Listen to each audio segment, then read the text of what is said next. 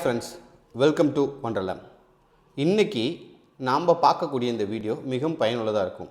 ஏன்னா FII last குவார்ட்டரில் தங்களுடைய கவனத்தை அதிகமாக காமிச்ச 6 முக்கியமான பங்குகளை பற்றி தான் இந்த வீடியோவில் பார்க்க போகிறோம்.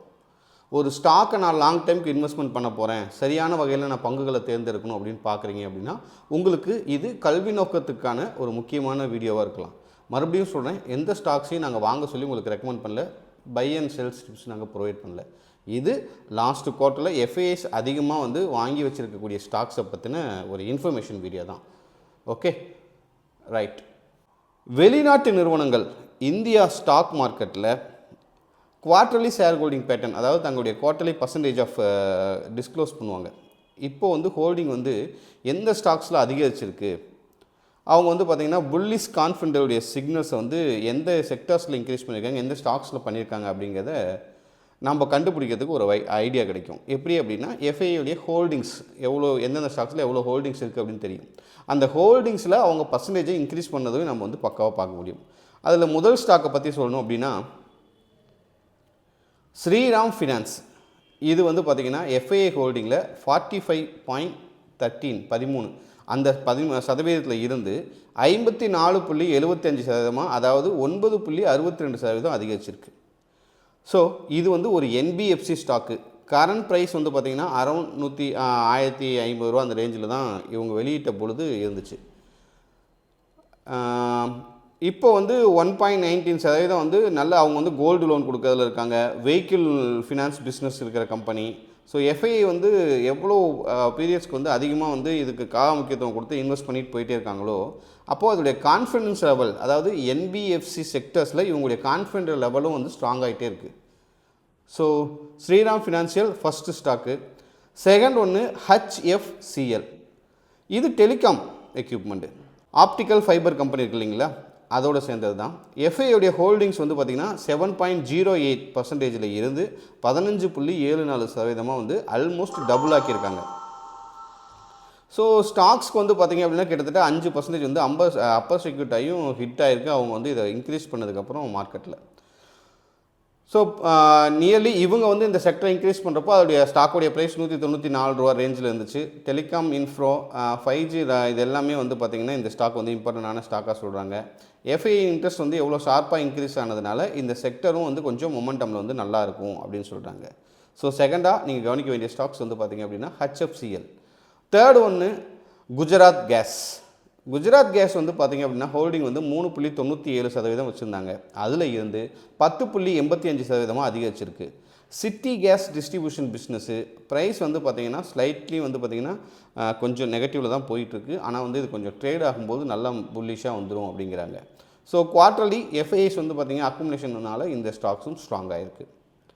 அடுத்ததாக பார்த்திங்க அப்படின்னா ஜேஎஸ்டபிள்யூ இன்ஃப்ரா. ஜேஎஃப்டபிள்யூ இன்ஃப்ராஸ்ட்ரக்சர் அதிலே வந்துச்சு. இன்ஃப்ராஸ்ட்ரக்சர் தான் இதோடைய இதே.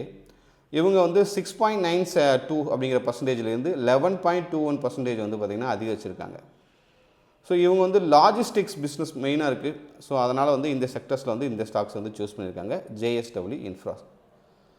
அடுத்ததாக எம்சிஎக்ஸ், அதாவது மல்டி கமாடிட்டி எக்ஸ்சேஞ்ச் இருக்கு இல்லையா, அதில் எஃப்ஐஎஸ் பார்த்திங்கன்னா 26.07 இருந்து 29.85% இன்க்ரீஸ் ஆகிருக்குங்கிறாங்க. இது commodity derivatives exchange business. Gold, silver, copper, நிக்கல்லாம் நமக்கு ட்ரேட் ஆகுது இல்லையா, அதோடைய இண்டெக்ஸ் ப்ரைஸ் தான் எம்சிஎக்ஸ். ஸோ அதில் கொஞ்சம் இன்க்ரீஸ் ஆகிருக்கு. லாஸ்ட்டாக சொல்லணும் அப்படின்னா லாஸ்ட் ஸ்டாக் 6வது stock Welspun Corp. FI holding பார்த்திங்கன்னா 11.23% இருந்து 14.61% இன்க்ரீஸ் ஆகிருக்கு. ஸோ இவங்க பார்த்திங்கன்னா pipes and infrastructures company.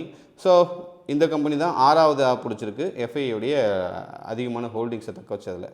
So இந்த டேட்டாவை எல்லாம் நீங்கள் எப்படி யூஸ் பண்ணணும், இந்த 6 ஸ்டாக்ஸை நான் பார்த்துக்கிட்டேன், இதை எப்படி நான் பயன்படுத்துது அப்படின்னு கேட்டிங்க அப்படின்னா, இப்போ இந்த டேட்டாவை ப்ராக்டிக்கலாக பண்ணுறதுக்கு ரொம்ப முக்கியமான விஷயம் என்னென்னா, ஹோல்டிங் அவங்க எந்த அளவுக்கு இன்க்ரீஸ் பண்ணியிருக்காங்களோ அதை மட்டுமே வச்சு நீங்கள் பை அப்படின்னு சொல்லிட்டு போயிடாதீங்க.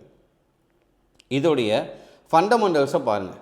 ஃபண்டமெண்டல்ஸ்லாம் நான் என்னென்ன சார் பார்க்கணும், நிறைய ஃபண்டமெண்டல்ஸ்னால் பிஇ ரேஷியோ, இபிஎஸ்சி ஏகப்பட்டது இருக்கும். ஆர்ஓசிஇ என்ன தான் பண்ணலாம் சார்? முக்கியமான விஷயங்கள், இவங்களுடைய ரெவென்யூ க்ரோத் பார்க்கணும், ப்ராஃபிட் மார்ஜின் பாருங்கள், டெபிட் லெவல்ஸ் பாருங்கள். டெபிட் லெவல்ஸ் அப்படிங்கிறது என்னென்னா இந்த கம்பெனிக்கான செலவினங்கள் அதை வந்து பார்த்துக்கணும். இந்த 3ஐயும் வந்து முக்கியமாக பார்த்துட்டு இது எல்லாமே வந்து பார்த்திங்கன்னா போன குவார்ட்டரை விட இந்த குவார்ட்டர் எப்படி இருக்குது, அதுக்கு முன்னாடி இருக்குது, லாஸ்ட்டு 3 இயர்ஸுடைய டேட்டா வந்து எல்லாமே வந்து பார்த்திங்கன்னா அப்பர்லேயே போயிட்டுருக்கா இல்லை வந்து ஒரு இசிஜி மாதிரி போகுதான்னு செக் பண்ணுங்கள். முடிஞ்ச அளவுக்கு லாஸ்ட்டு 3 குவார்ட்டர்ஸ்லையும் அப்பரில் தான் போயிட்டுருக்கு அப்படின்னா ஒரு கான்ஃபிடன்ட் லெவல் ஃபண்டமெண்டல்ஸ்க்கு ஒரு சக்ஸஸ் அப்படின்னு வச்சுங்க. செகண்டு, டெக்னிக்கல் அனலைசிஸும் கம்பல்சரி பார்த்து தான் ஆகணும். டெக்னிக்கல் அனலைசிஸை கம்பல்சரி நீங்கள் பார்க்காத வரைக்கும் உங்களால் வந்து அதில் சக்ஸஸ் பண்ண முடியாது. ஸோ டெக்னிக்கலை பொறுத்த வரைக்கும் இஎம்ஐ எப்படி இருக்குது, 200 டே இஎம்ஐ எப்படி இருக்குது, எல்லாமே சிம்பிள் மூவிங் ஆகுது, எல்லாத்தையும் நீங்கள் பார்த்துட்டு இது ரெண்டுமே செட் ஆகும் பொழுது தான் நீங்கள் என்ட்ரி எடுக்கணும். ஸோ என்ட்ரி எடுக்கிறதுக்கு முன்னாடி kindly consider your financial advisor அல்லது செக்யூரிட்டிஸ் அண்ட் முடிச்சவங்களை பார்த்து தெரிஞ்சு அதுக்கான இன்வெஸ்ட்மெண்ட்ஸ் அட்வைஸை வாங்கிட்டு நீங்கள் ட்ரேட் பண்ணுங்கள். இந்த 6 ஸ்டாக்ஸை பற்றி நாங்கள் இப்போ கொடுத்தது ஜஸ்ட் வந்து ஒரு கல்வி நோக்கத்துக்காக மட்டும்தான். ஓகேவா? ஸோ நண்பர்களே, மறுபடியும் சொல்லிட்டோம், இந்த கண்டென்ட்டை யூஸ்ஃபுல்லாக இருந்துச்சு அப்படின்னா இதை வச்சு நீங்கள் வந்து ஒரு போர்ட்ஃபோலியோவை க்ரியேட் பண்ணுறதுக்கு யூட்டிலைஸ் பண்ணிக்கங்க. அல்லது உங்களுடைய எக்ஸிஸ்டிங் போர்ட்ஃபோலியோ இருக்குது நான் தக்க வச்சுக்கிறதுனால பயன்படுத்திக்கங்க. இந்த மாதிரி பயனுள்ள வீடியோக்கள் உங்களுக்கு பிடிச்சிருந்தா நீங்கள் என்ன ஸ்டாக்ஸை வந்து இந்த மாதிரி ஹோல்டிங்கில் வச்சுருக்கீங்க அப்படிங்கிறதையும் கமெண்ட்டில் சொல்லிட்டு போங்க. Thank you very much for this video. Stay with wonderland.